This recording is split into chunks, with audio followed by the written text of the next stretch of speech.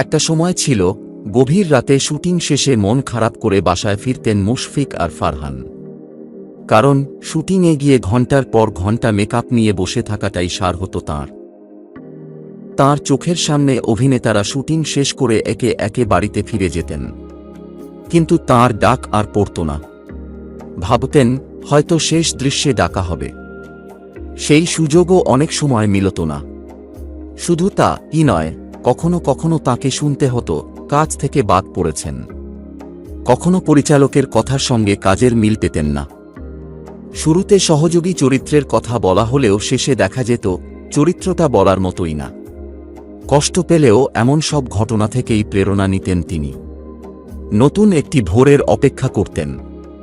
সব সময়ই মনোবল ছিল, নিজের ওপর আত্মবিশ্বাস ছিল। সেই বিশ্বাসই তাঁকে টিকিয়ে রেখেছে। আর এই জোরেই ছোট পর্দার অন্যতম আলোচিত অভিনেতা হয়ে উঠেছেন মুশফিক আর ফারহান। সময়, টাকা, পরিস্থিতি পৃথিবী নামক রঙ্গমঞ্চকে জানতে শিখিয়েছে। সবকিছু বারবার বুঝিয়ে দিয়েছে জীবন এত সহজ নয়। রঙ্গমঞ্চে বসবাসরত অভিনেতাকে চিনতে শিখিয়েছে। এখন আমিও অভ্যস্ত হয়ে গেছি, শিখে গেছি অভিনয় করে বেঁচে থাকতে হয়, এটাও জেনে গেছি।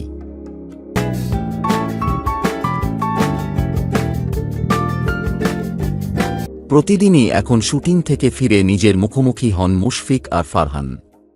এ যেন প্রতিদিনের সংগ্রাম। মুশফিক বলেন, একটি কাজ দিয়ে অভিনেতা হতে চাইনি। ছোট ছোট কাজ দিয়ে নিজেকে প্রমাণ করেছি। এখন হয়তো শুটিং শেষে নতুন কাজ নিয়ে ভাবতে হয় না।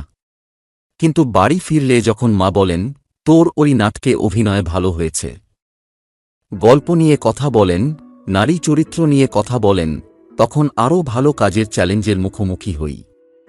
মনে হয় কাল থেকে আরও ভালো কাজ করতে হবে। অনেকেই বলেন বাংলাদেশে নাটকের দর্শক কমছে, কিন্তু মুশফিক আর ফারহান অভিনীত নাটক দেখলে সেই ভাবনা বদলে যাবে। গত কয়েক বছরে বাংলাদেশের টেলিভিশন বা ছোট পর্দায় নিজেকে প্রমাণ করেছেন ফারহান।